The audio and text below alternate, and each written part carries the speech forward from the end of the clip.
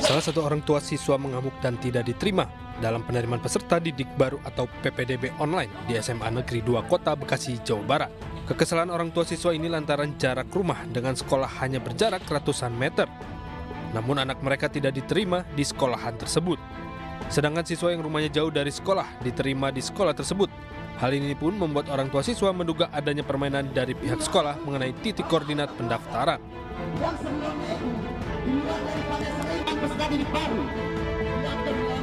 Sementara itu, belasan massa yang tergabung dalam Aliansi Rakyat untuk Pendidikan melakukan aksi demo di depan gerbang SMA Negeri 2 Kota Bekasi.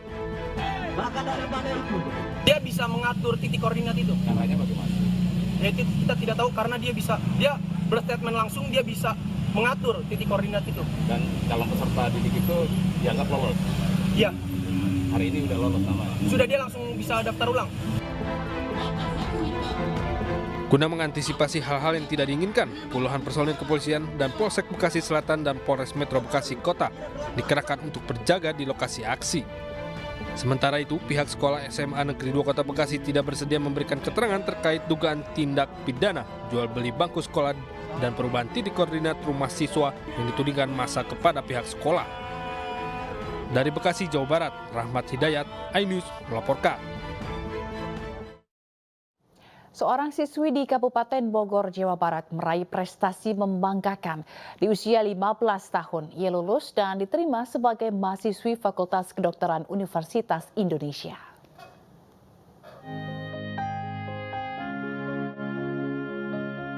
Diah Ayu Ardani Reswari, alumni SMA Negeri 1 Cilengsi, Kabupaten Bogor, Jawa Barat, meraih prestasi membanggakan.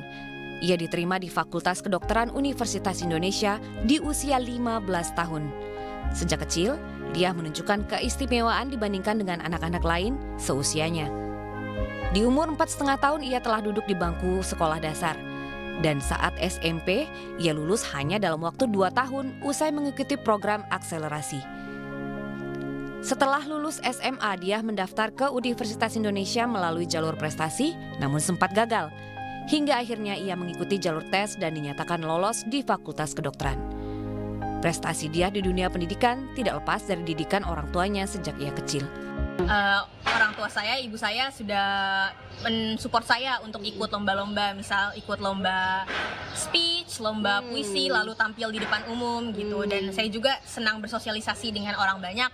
Nah, dari situlah saya ketika SMP saya pernah juara 2 lomba kultum di Kultum Muharram, dan sejak itulah saya senang public speaking dan berbicara di depan umum. Jadi terlatih. Lolos ke Fakultas Kedokteran Universitas Indonesia di umur 15 tahun, dia berharap bisa menjadi dokter yang memberikan banyak manfaat kepada warga, terutama bagi warga yang membutuhkan. Dari Kabupaten Bogor, Jawa Barat, Cahyat Supriyatna, iNews melaporkan. Pemirsa, Bareskrim Polri akan segera umumkan tersangka atas kasus dugaan penistaan agama hingga tindak pidana pencucian uang pimpinan Pondok Pesantren Al Zaitun Panji Gumilang setelah selesai proses pemeriksaan saksi ahli.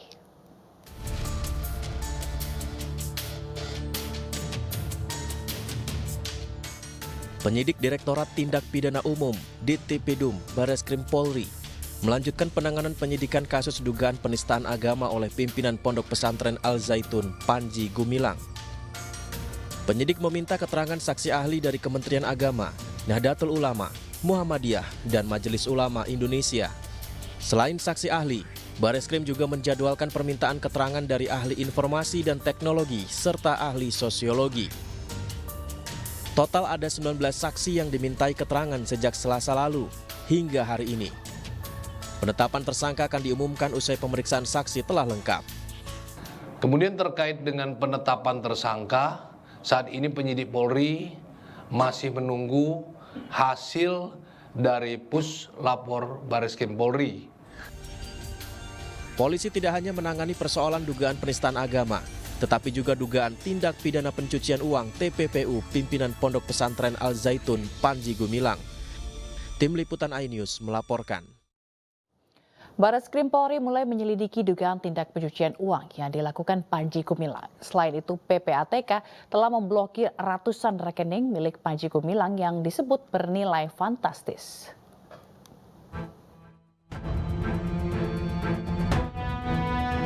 Penyelidikan dilakukan usai Bareskrim menerima laporan hasil analisis rekening milik Panji Gumilang. Segala bentuk barang bukti dan temuan masih di dalam penyidik. Penyelidikan pun terus dilakukan dalam kasus dugaan tindak pencucian uang. Pakar tindak pidana pencucian uang Yenti Garnasi menilai bahwa seorang yang memiliki ratusan rekening patut dicurigai dan bisa menjadi pemicu TPPU. Sebelumnya, Menko Polhukam Mahfud MD mengungkap pimpinan Ponpes Al Zaitun Panji Gumilang memiliki 256 rekening atas 6 nama yang berbeda dengan nilai fantastis. Panji Gumilang juga memiliki 33 rekening atas nama institusi, sehingga total rekening Panji Gumilang berjumlah 289 rekening. Menko Polhukam Mahfud MD juga menyebut permasalahan Al Zaitun sudah di tahap penyidikan. Masyarakat tinggal menunggu sampai ada penetapan tersangka. Menko Polhukam juga melaporkan tokoh Al Zaitun Panji Gumilang atas dugaan tindak pidana pencucian uang. Kami telah membekukan 145 rekening dari 367 rekening yang diduga menurut PPATK mempunyai kaitan dengan pondok atau kegiatan Az-Zaitun, kegiatan Panji Gumilang.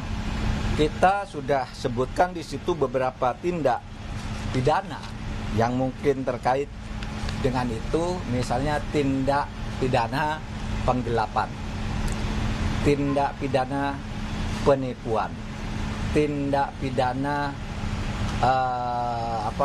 pelanggaran yayasan, tindak pidana penggunaan dana BOS. Pusat Pelaporan Analisis Transaksi telah memblokir semua rekening Panji Gumilang yang nilai transaksinya disebut bernilai fantastis. Tim Liputan Ainus melaporkan.